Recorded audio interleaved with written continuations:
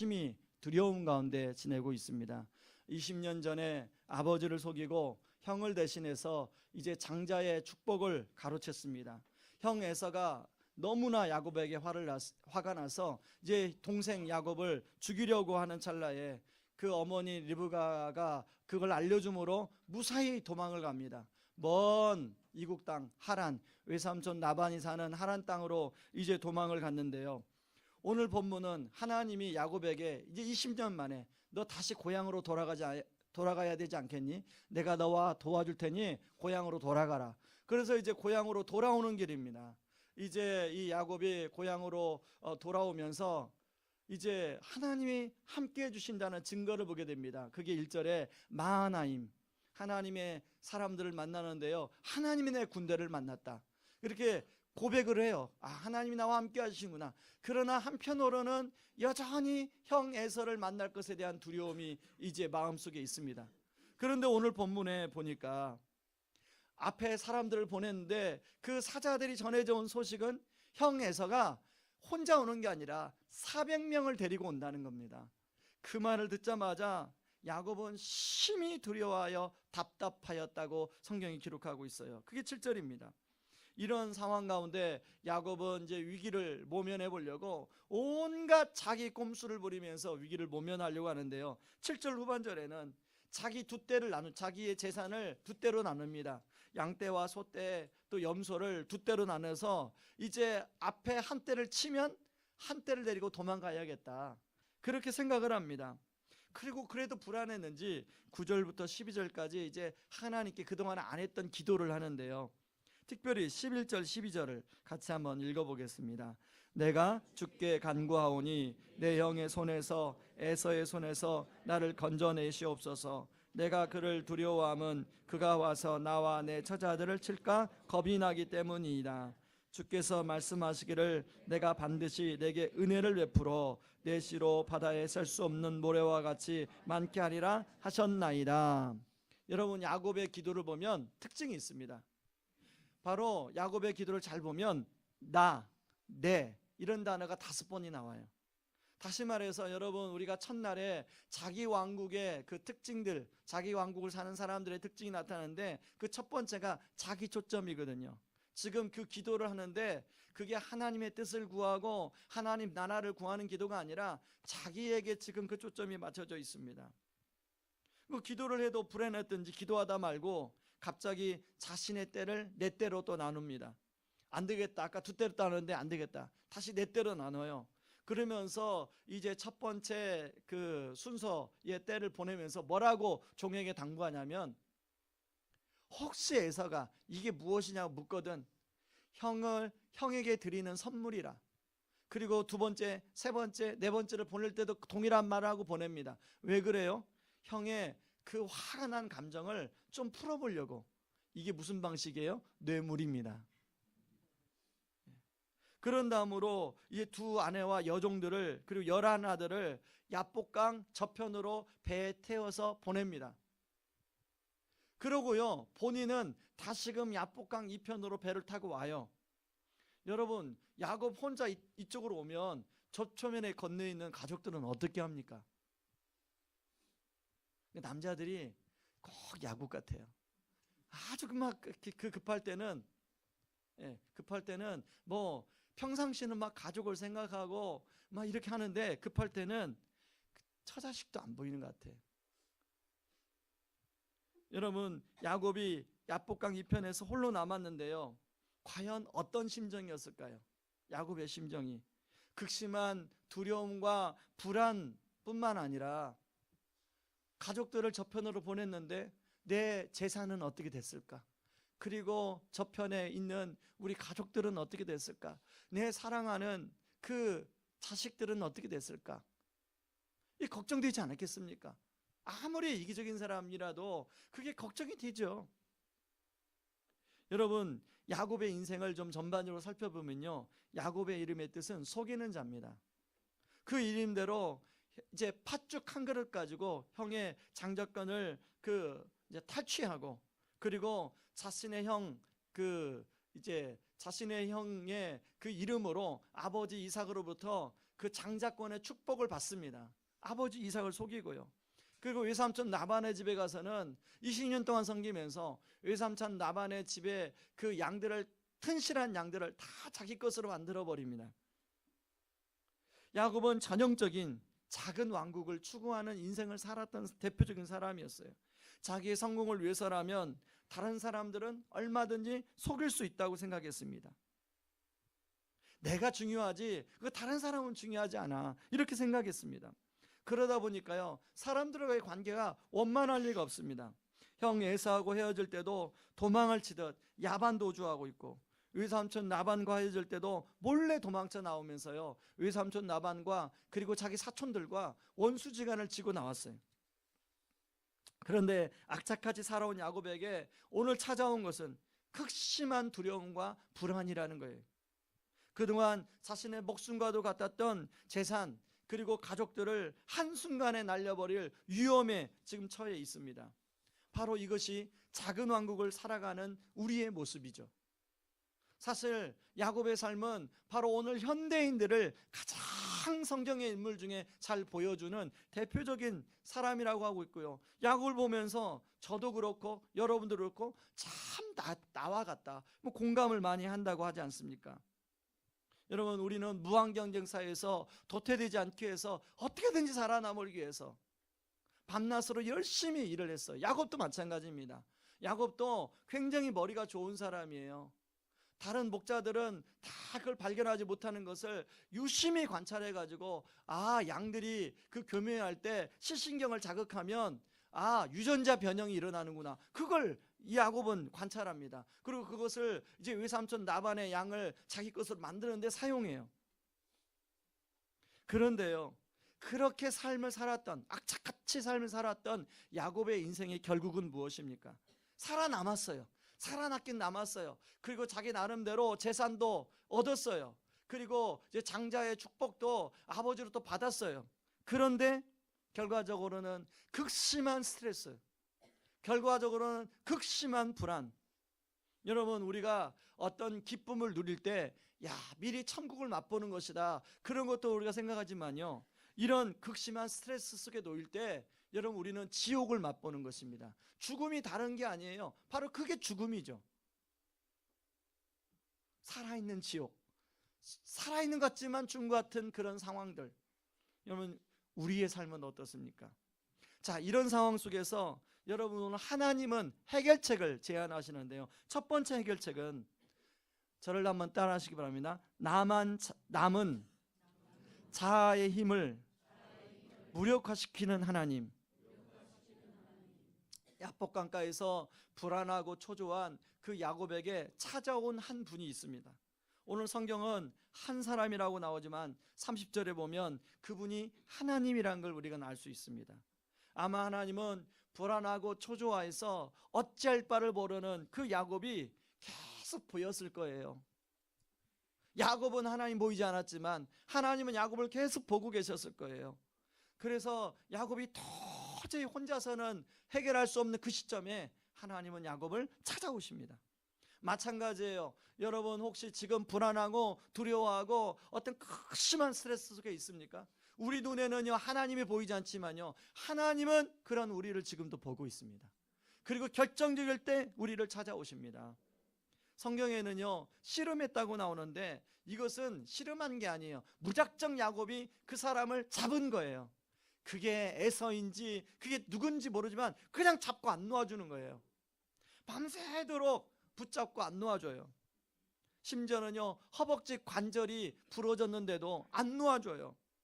뭐라고 합니까? 날이 새려고 하니 너 이제 그만 놓아줘라, 이 말했더니 나를 축복해 주지 않으면 절대로 놓아주지 않겠다. 여러분, 이게 야곱의 삶의 방식이에요. 어떤 분들은 이 부분을 해서 야곱처럼 우리도 끈질기게 기도해야 된다, 이렇게 해석을 하는 분이 있는데, 이것은요, 그렇게 해석을 하게 되면 결국은 자기 왕국을 강화시키는 해석이에요.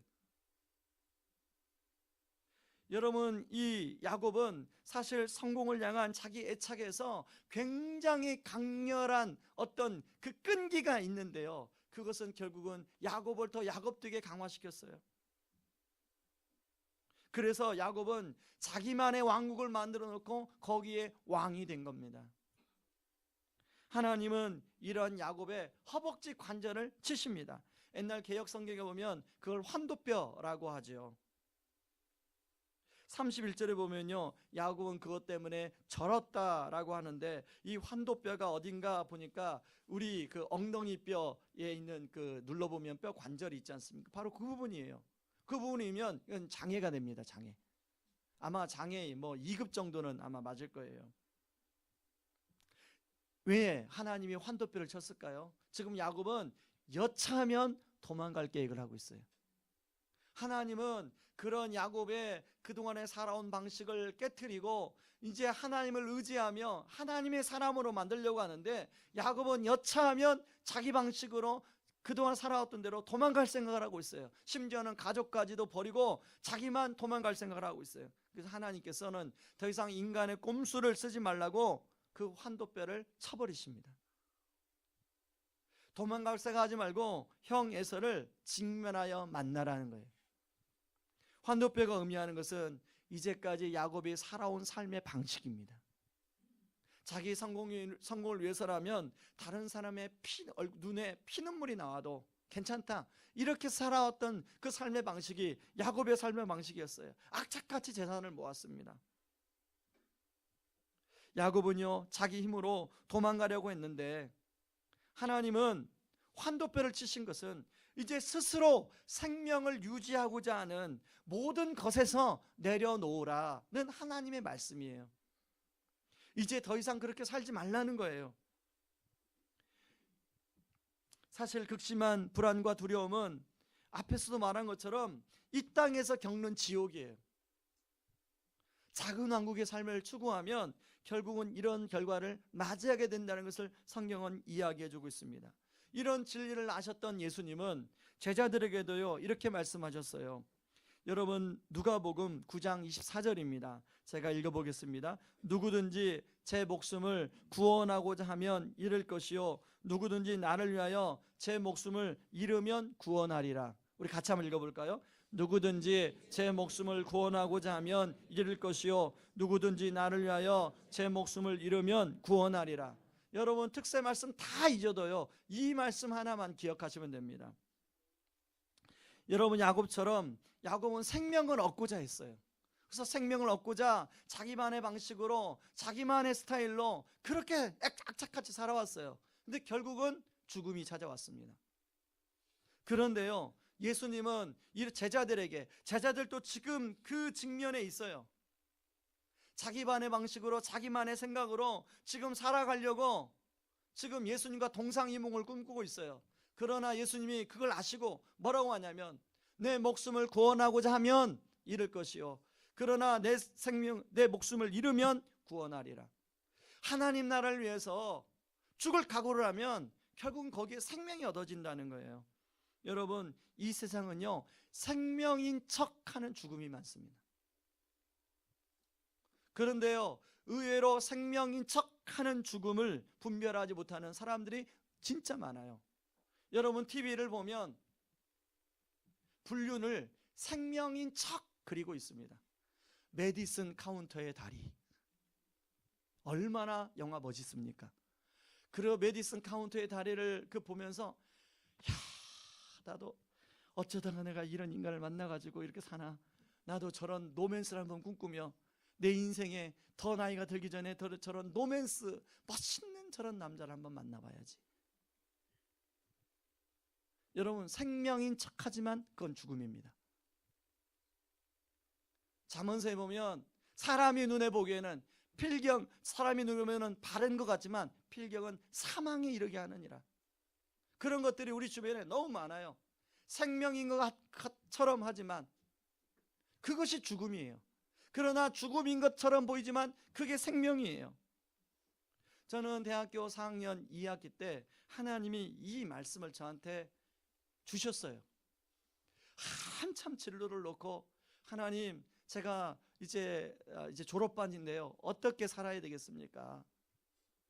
여러분 고등학교 그 수능 그 당시 학력고사인데 국민윤리 시험 문제에 항상 모의고사나 뭐 시험 문제예요. 무슨 문제가 나왔냐면 인간의 목적은 무엇입니까? 1번, 2번, 3번, 4번. 그 중에 딱 하나 정답만 기억나요. 자아실현. 여러분 그거 공부 안 하셨어요?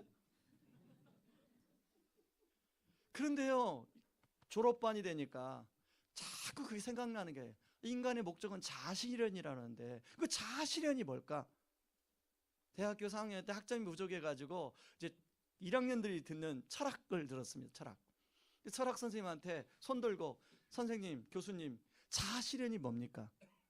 내가 그것 때문에 지금 너무 고민하고 있는데 자아실현이 뭡니까? 교수님이요, 대답을 못해요. 왜? 교수님도 지금 살기 위해서 사는 거니까. 우리가 분명히 고등학교 3학년 때는 인간의 목적은 자아실현, 동그라미를 답은 정답은 했는데 그 자아실현이 뭔가? 그렇게 고민할 때요, 이 말씀이 머릿속에 박히는 거예요. 목숨을 구원하고자 하면 잃을 것이요 누구든지 나를 위하여 목숨을 잃으면 구원하리라. 그 당시에 제가 이제 한쪽에서는 이제 졸업을 하면 취업을 해서 이제 어머니 좀 돕고 또 좋은 여자 만나서 결혼해야겠다. 그것이 저의 꿈이었어요. 그래서 남들처럼 그런 가정을 이루며 살아야겠다. 당연히 졸업반들은 다 뭐 그런 꿈 꾸지 않습니까? 근데 한편으로는요, 그때 군선교를 제가 하고 있었습니다. 군대에서 은혜를 받아서 이제 제대하자마자 복학하기 전에 군선교하는 단체와 연결돼서 이 군선교를 하고 있었어요. 근데 이 단체에서는 누군가가 전임을 해야 돼, 그 일을. 근데 하나님이 자꾸 한쪽에서는 야, 네 어머니를 봐라, 네 가족을 봐라, 그 너를 봐라. 너 군선교 풀타임으로 하면 너 결혼도 못해, 돈도 못 모아, 어떻게 하려고 그래?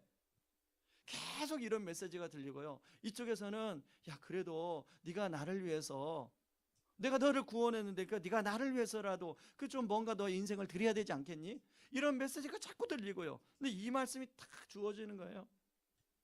잠을 못 자겠어요. 거의 상인 이야기 때 저는 잠을 설쳤어요. 이 말씀 때문에 걸어가도 막 이 말씀이 생각나고요. 그래가지고 결국은 이제 그 이쪽을 따르지 않고 이쪽을 정했는데요. 그러고 나서 저는 가족들한테 쫓겨났습니다.